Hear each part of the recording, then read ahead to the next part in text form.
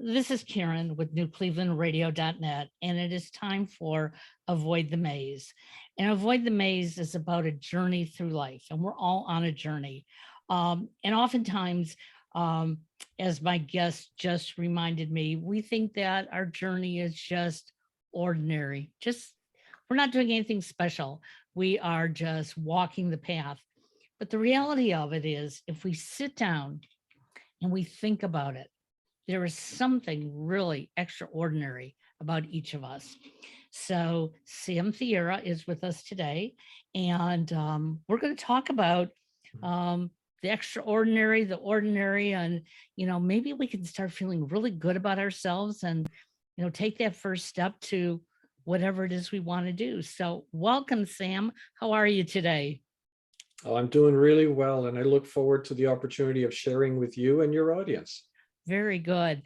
So you are in our neighboring country of Canada. Um, and we were just talking about the weather. I mean, everybody talks about the weather.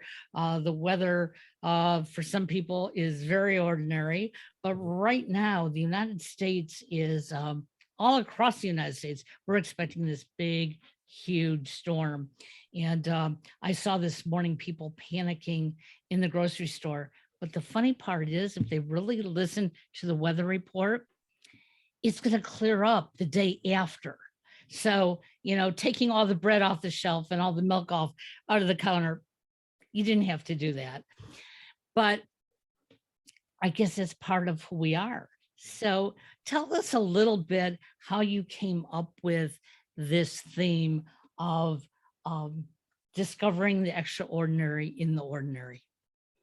Yeah, it for me, it's been a journey. And a lot of the things that I share and talk about in life are personal experiences that I reflect on that then that other people can relate to.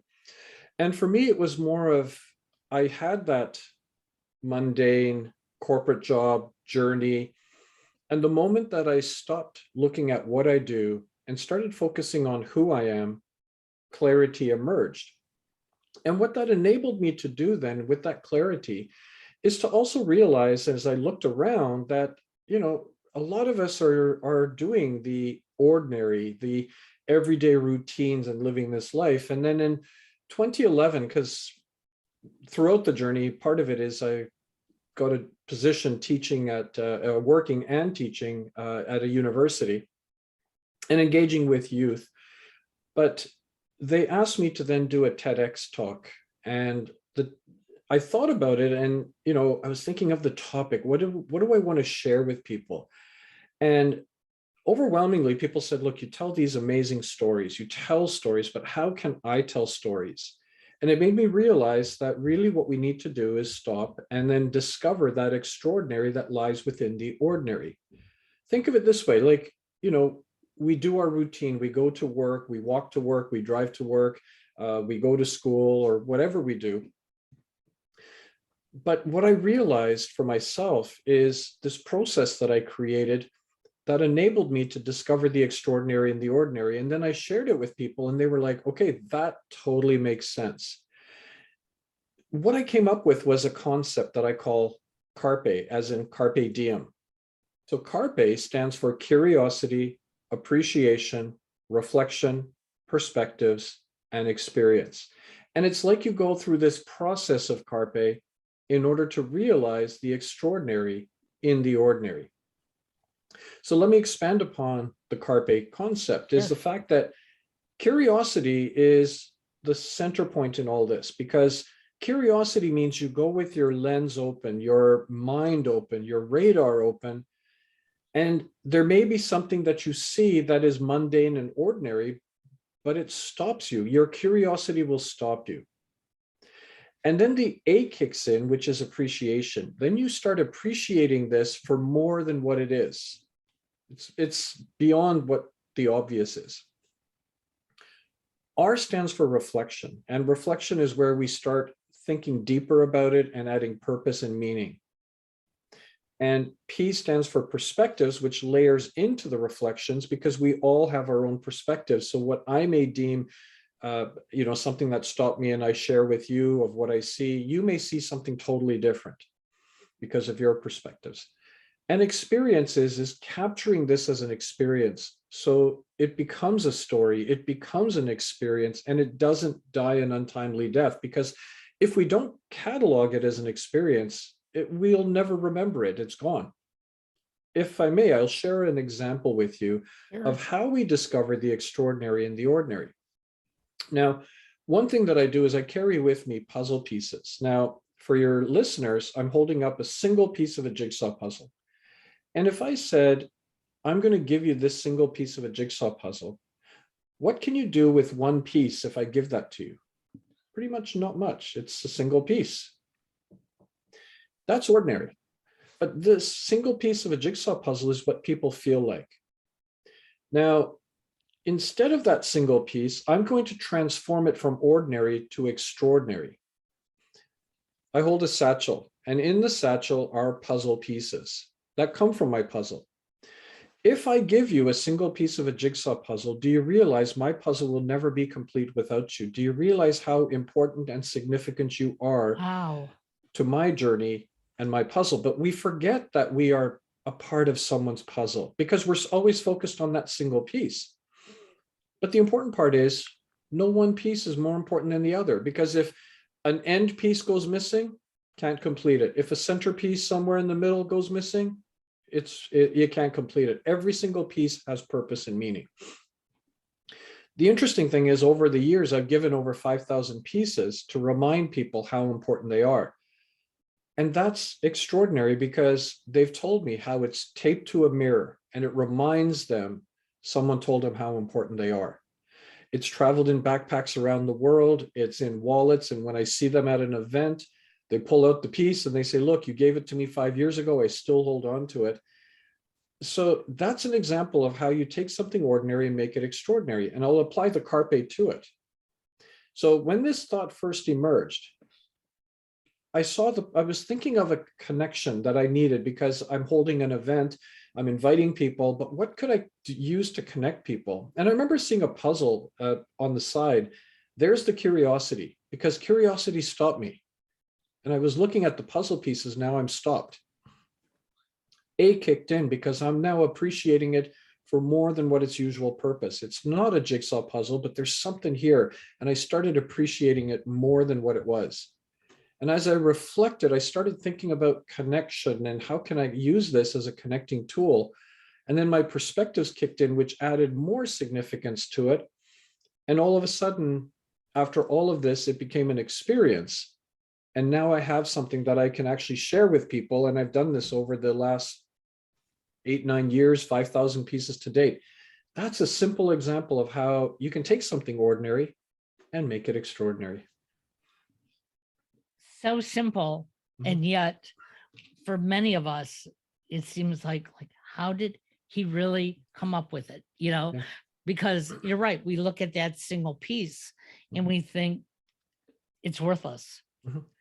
And sadly, that's what so many of us, we may not call ourselves worthless, but we don't think we're as important as everybody else. And I reflected on this yesterday in another podcast, that it truly took me about 55 years of my life to say, wait a second, I'm better than I ever thought I was. I've been trying to make everybody else happy, doing what everybody else wants, waiting for me to be happy and wondering, am I happy? And so I was seeing that puzzle piece as being all alone. I don't know what changed me other than I woke up one morning and said, enough is enough. That was just about the time that we decided that we would start podcasting and blogging, because like you said, until you get it out there, until you share it, even share it with yourself, it's meaningless. But as soon as I could say, hey, I'm worthy, what a difference. Yeah, absolutely. Absolutely. And it also goes to what you shared just right now, is this idea of story sharing, or, okay, storytelling. I actually like to call it story sharing. And the reason I say that is storytelling is a unilateral I'm going to tell you a story. Okay. Story sharing is where we get into a conversation, and I may share a story and you layer in, and then I layer in, and back and forth, back and forth. So we do story sharing. And I remember when I wrote my first book based on this TEDx speech, there's a piece I wrote right in the beginning that said, there is fear in me in writing this book because of what people may think. The bigger fear is, what if I don't do this book? And absolutely true. What if I don't do this? What are the possibilities and opportunities that I've overlooked or not? I mean, and then I stopped thinking about what, and that was also the other interesting part, is when I was trying to think while I was writing this book, it was my first book ever. I wasn't an author prior to this. I thought to myself, what is it that I can provide the audience? And I struggled with coming up with the process, the words.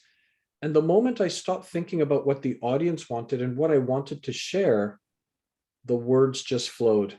And I was able to create the first book, which has led to my second now. But that's the whole thing, is we are all stories. We all have stories. And we hold on to them saying, well, they're not significant, or who'd be interested in my story? No. By doing that, you're withholding something that could be magnificent. It's interesting that you say that, because probably about 30 years ago, we sat my parents down. My husband took out the video recorder, and we told my parents, just talk. Tell us how you met, whatever you want to tell us. And they were very verbal, and I am so grateful for that. But a couple of years later, we sat my mother-in-law down, and almost the whole video is, nobody would be interested if I talked about my aunt. Nobody would be interested if I talked about how my mother curled my hair and put a bow in it. And we never got the full stories, but we got little bits and pieces of it, which are so magnificent to us, because those are things we didn't know. And sometimes when we think about it, we think, well, maybe that's why we're doing certain things today. And one of the stories my father talked about was his father and his uncle, back right around 1910, joined what was called the Barnstormers Baseball League. And they came home one day and they told their mother that they were being recruited by the Detroit Tigers. And their mother said, only bums play baseball. You are not bums. And they went back and they said, we can't sign these contracts. And interestingly enough, my youngest son, his love is baseball. And he found them on the roster because he knew about the story. And when he went to the Baseball Hall of Fame, he researched it. And we're so grateful for that, because, maybe that, interest just seeped through the genes somewhere. Yeah. So sharing those stories are very, very important. They can help us identify ourselves. Well, and you bring up a really great point, because actually my second book is about exactly what you're talking about. It's about identity, but it's also about reconnecting, because so I was born in England, raised in Canada. My parents come from Fiji Islands, which is near Australia. And my grandfathers are from India. And all too often I get people saying, what part of India are you from? Well, I was born in England, raised in Canada. They're like, no, your parents, what part of India? Well, my parents are from Fiji. They're like, wait, are you Indian? And I'm like, well, my grandparents and my ancestors come from India. And but the other part was, because my grandfather left India in 1905 and landed in Fiji, we had very little information about the roots and where our exact location was. And in 2004, I went on a journey. All I had was a faded photograph, very little information to go by, to go find my grandfather's house. But in the process, it was also to go find my own identity as a British-born Canadian, parents from Fiji and grandparents from India. And I describe it as, I'm a foreigner going to a land that shouldn't be foreign to me, in search of a needle in a haystack, and not even knowing where the haystack was. But all I had was this faded photograph of people from the village. It's a 3.5 by 3.5 orange dingy colored photograph for the audio listeners. And that was it. But the idea was, again, we struggle with identity. And one thing I would highly ask your audience to do, don't wait, talk to people now, because the information I was getting was sparse or disjointed, or they weren't quite sure, because, you're asking elders. And what was also really funny, though, is the fact that when you start asking these questions, and you've got, 3 or 4 elders sitting together, what turned out, me trying to do research on where, our village is, grandfather and all of that, shifted to them reminiscing about their lives growing up in Fiji, and then they start laughing and saying, do you remember this? Do you remember that? And that was beautiful too. But start early, because the information I had was sparse. But how I found my identity is the idea, and I'm a person that uses a lot of visuals and analogies, is my life was always segmented. And there's a dish in Indian cooking called a thali. And a thali is a platter with segmented dishes. And I'm Canadian, British, Indian, and Fijian. But I also played in an Irish military pipe band for 11 years. So there's maybe some Irish chutney mixed in there too. But by going to India, I realized I'm not a thali. I'm actually this rice dish called khichdi, which is a blend of flavors, blend of spices. And and after my journey to India, I could embrace them all. So that's the realization of the identity piece that I came up with, is the fact that actually we're all khichdi. We all come up with our own experiences, our own backgrounds, our own stories.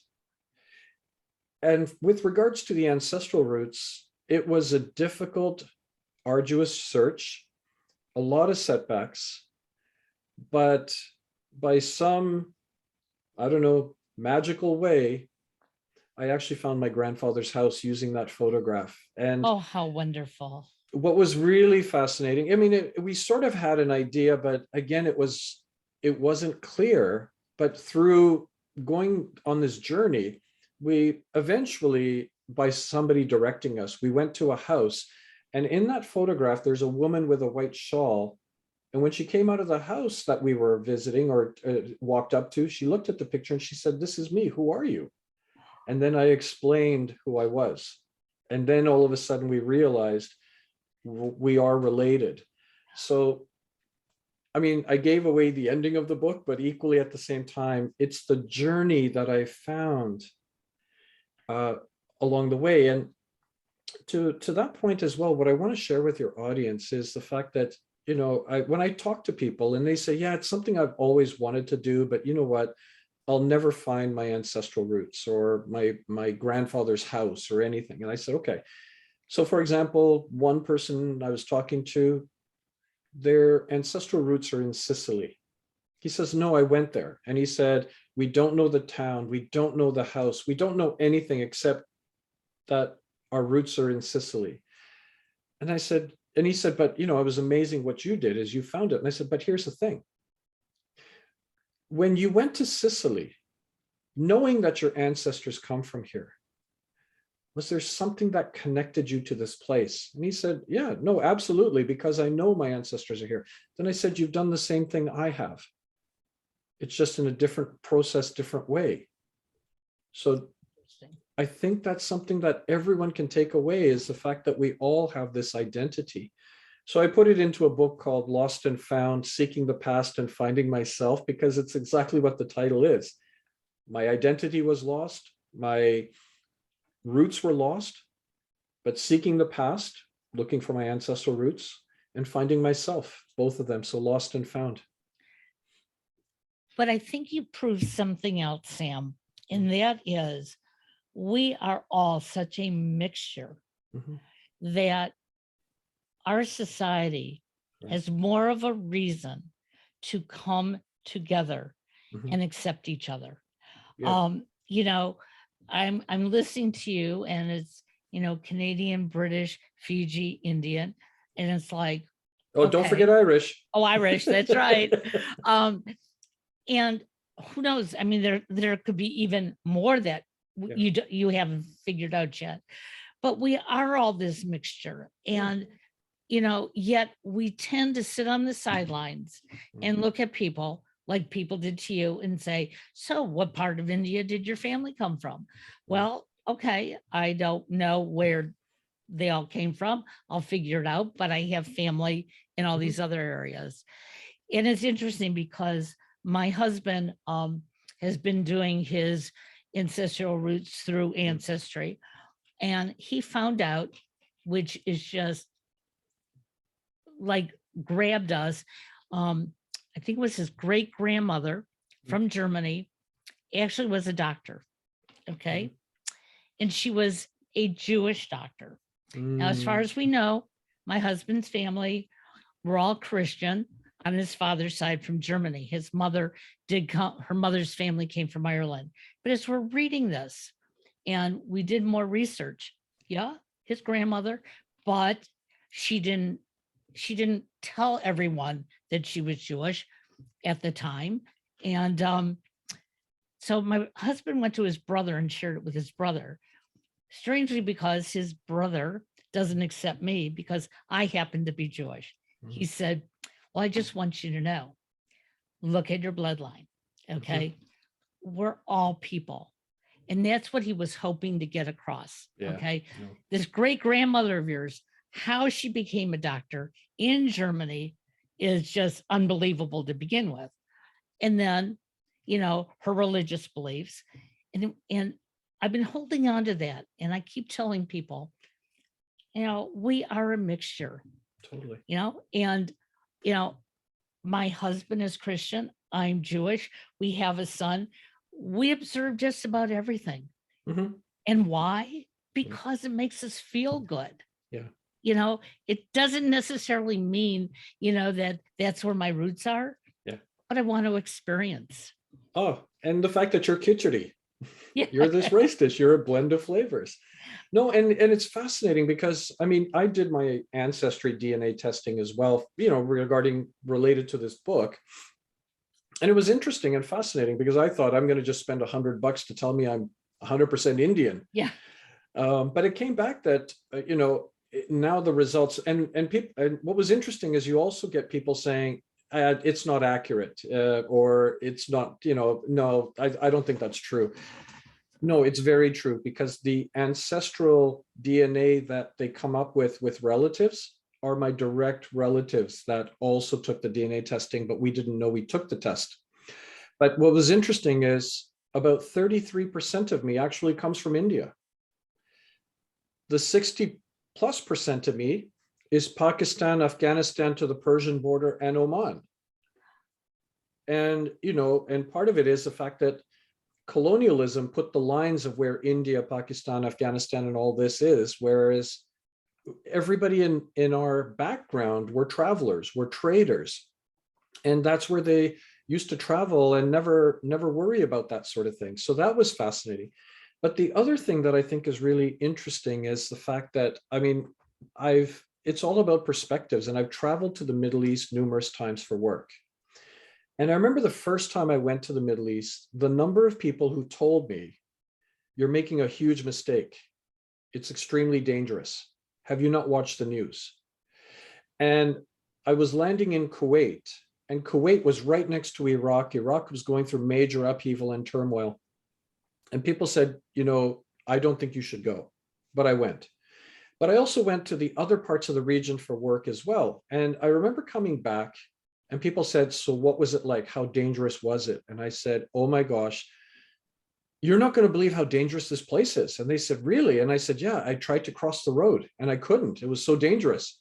And they're like, wait, what about the terrorism? What about kidnappings? What about bombings and shootings? I said, do you realize it's safer for me to walk around Bahrain at midnight than it is for me to walk in many parts of the places I've ever traveled? And it's not because I look like I fit in there. Even my Canadian colleagues who went said the same thing. Now, I will tell you, there is something extremely dangerous that I did encounter in the Middle East. And what that was is I spoke at a conference, finished on Thursday. Saturday, I'm leaving. And one of the conference goers, this wonderful young woman said, I'm going to pick you up on Friday. I'm going to show you Bahrain. So Friday morning she came. And as I walked to the car, she said, Sam, I'm so sorry, but the plans have changed. I can't show you Bahrain today. And I said, oh, don't worry. You go do what you have to do. She goes, no, no, no. You don't understand. My mom says I have to bring you home for lunch. The dangerous part. Do you know a Bahraini mother has cooked all day long and there's an empty plate in front of me and she's got a spoon and she wants to feed me? That's dangerous. The I love it. hospitality, the love and the care that they showed me. My only recommendation or thing is, if you're ever in a Bahraini, Indian, Asian, anywhere really, and a mother is cooked for you and she's sitting across from you with a spoon, my only suggestion is eat very slowly because she is going to keep feeding you. But that's the perspectives. That's why you got to go out and experience the stories, the extraordinary out of the ordinary. All of that just resonates. But don't be guided by just these perspectives that are imposed upon us. Well, and every day we have an opportunity to take a journey. Yeah. And, again, as I said to you earlier, I spent the first 55 years of my life, at least in my mind, doing the same thing every day, trying to make my parents proud of me, making sure that my husband was happy, that my kids were safe and whatever. And, it was like, what am I doing for me? Mhm. And I remember my mother saying to me one day, well, you're doing all this for you. If you make me happy, aren't you happy? And one day I looked at her and I said, no. and we actually sat down and we talked about it. And she said, well, why do you say that? And I said, because my mother wanted me to call her every Saturday at 1:00 in the afternoon. And that just was not convenient for me. But I did it. And when I finally said to her, calling you at 1:00 on a Saturday afternoon, Mom, just doesn't make me happy. She said, oh, so when do you want to call me? I said, could I call you Sunday evening after dinner? Oh, yeah. It was like, okay. And I started realizing I'm a little bit happier now. Number one, I had a little bit more control. Yep. But I wasn't stopping in the middle of my day, and I was still making her happy. And so when I started this podcast this year, I said to people, the reason I'm doing it, we're all taking steps every day. And so many of us are looking in the mirror and saying, when's it my turn? Well, the reality of it is, it's your turn right now. Yeah. Oh, and if you don't take it, whether it's finding your ancestry, finding your purpose, and you brought that word up before, purpose, so important. Because if we don't have a purpose, why are we getting up in the morning? Yeah, no, absolutely. And, to that same tone, I often tell people, because I get a lot of people coming up saying, oh, this person wants me to do this. I feel bad having to say no. But if I say yes, it's this. And I said, why are we looking at this as an absolute of yes and no? How about you go back to them and say, well, here's what I can do. And now you own it. So here's what I can do. And they were like, oh, but we're programmed to look at it as an absolute that I have to either say yes, or if I say no, I'm going to really disappoint people. Funny enough, after this call, I have to do the same thing right now and reach out and tell someone, here's what I can do, as opposed to what they want me to do. And I said, unfortunately, it's not going to work. So I have to do that right after this call. I'm going to have to do my own medicine here. And, I think once we hear that other people are conducting their lives that way, that not everybody else has it so perfect. I've been working with somebody who wants to start a podcast, and she's been in TV and radio and, publications for years. I looked at her when she first came to me and I thought, oh, she's way up here. How am I going to communicate with her? But then I realized she is more insecure than I am. But when it comes to the podcast, not about other things. And it was like, okay, So this is my specialty. Find your purpose, find your specialty, Yeah. glow about it. Don't gloat, but Yeah. glow, because Totally. that glow makes such a difference. Right. So tell us a little bit, when you give a TED talk, Mhm. how are you approached? How does somebody come to you and say, hey, Sam, I think you'd make a great speaker? Right.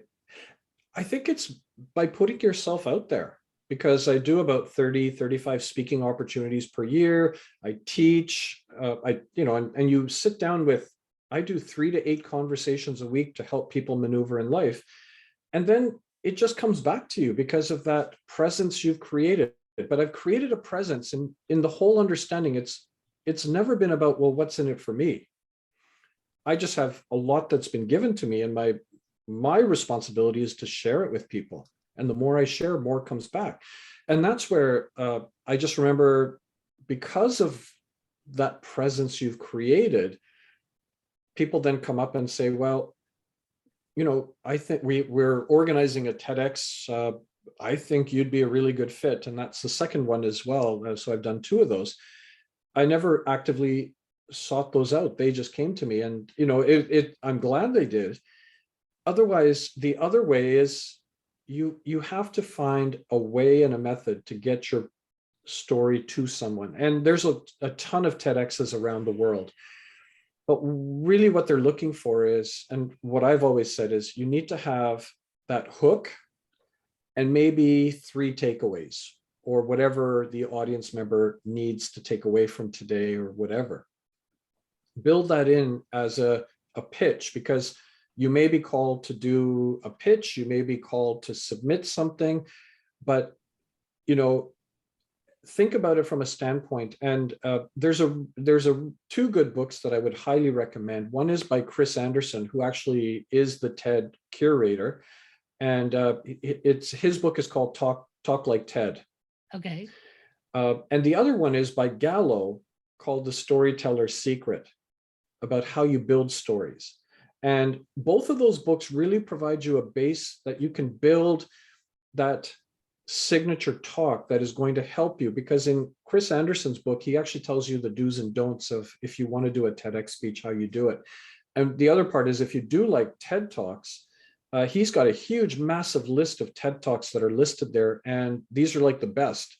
And you can always go in and just sort of tick them off, almost like you're binge watching something, but you get so much value out of it. But that's how I would say, is build your presence. And then if they don't approach you, start approaching them, but have that signature. Here's what's important and what's the title. And then as a result of it, here's some key takeaways that I think are really important. Well, and I wasn't necessarily asking, because I want to do a TED talk. I don't. I like doing what I'm doing. But I find it interesting because there are people out there who say, I'll never be approached. I could never do it. And it's, well, then find out about it. If it's something that you think you would be interested in, go do the research. Sitting around saying it's never going to happen to me. No, it won't. Exactly. Yeah. I remember back in 1980, I was diagnosed with chronic migraines. And I remember saying to the doctor, so what does this mean? And the doctor said, you're going to have them all the time. They're going to come out of nowhere. Sometimes medications are going to work. Sometimes it's not. You're going to have to learn to live with your migraines. And I went home, and my husband cried. I didn't. I said, if I'm going to live with them, I'm going to share them. And that was before email and everything else. I think I had a Commodore 64 at the time. So that tells you how old, my computer was. And I sat down and I wrote something, and I sent it out to a bunch of hospitals. And I said, I want to come in and talk to your staff about what it means to be a chronic pain survivor. My husband thought I was crazy. And these hospitals started calling me come on in, come talk to us. And I did that for 10 years. Mm. And by the time I did that, there were chronic pain support groups and pain management. And I'm not saying that I made, got them up and running, Yeah. but I feel connected. And Yeah. that's what I tell our listeners. Mhm. What is it that really spurs you on? Yeah. What story do you have to share? Mhm. You have a lot of stories. And for our listeners out there, I'm going to have Sam back, because when I looked at his bio, it was, so what do we want to talk about today? And I certainly wanted to get your book out there. So remind everybody the book and how they can find it. Sure. Well, the first book I wrote was Personal Storytelling, Discovering the Extraordinary Out of the Ordinary. And it's based on that TEDx I did. And it's a workbook or a help book to help people start telling their stories. The second book I wrote is called Lost and Found, Seeking the Past and Finding Myself. And that's the one about seeking my ancestral roots, but also my identity, which incidentally, now I'm in the process of making it into a screenplay. Oh, No. And if it happens, I want a cameo in there. I want like in the background somewhere. But again, it goes back to what you just said about, years ago, like 10 years ago, writing and being an author never even was a factor in my mind. But I taught myself. I said, here's the journey. Same thing with the screenplay I'm now working on right now with another screenplay writer is I've never done this, but we're learning along the way. So to your point, I always say, without trying, all you will see are the shadows of what might have been, as opposed to the realization.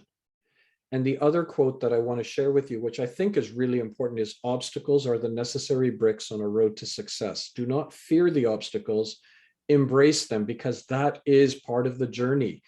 Because we learn from those obstacles. I've learned from my obstacles and I thrive in them. So I don't look for them, but when they happen, it's like, okay, how? And that's the extraordinary and the ordinary. Rather than saying, okay, it didn't work and throwing it in the bin or whatever, like, okay, let me look at this and learn from this and then emerge stronger. I love that, because I grew up in a generation that, you were supposed to not even see those obstacles. There was no margin for error. If I would have told my parents, I made a mistake, it'd be like, excuse me, you made a mistake? How dare you? Go back and fix it. And it's only recently that I sort of enjoy my mistakes, because I can go back and say, how did that happen? Yeah, So absolutely. I love it. The obstacles are there for a reason. Yeah. Absolutely. Well, again, I want to thank you for being our guest. We'll have you back. I want to talk to you about your perspective on the youth and what we can see for the generations ahead. So until that time, you take care. And I'm going to go prepare for the snowfall. No, thank you so much. And I leave your listeners with the quote I live by. Everyone's life is an autobiography. Make yours worth reading. You're a living story. Your story and your life needs to be shared no matter who you are. So just keep being an amazing autobiography. How wonderful. I love it. Have a great day, Sam. Bye-bye Thank you. now. Bye-bye.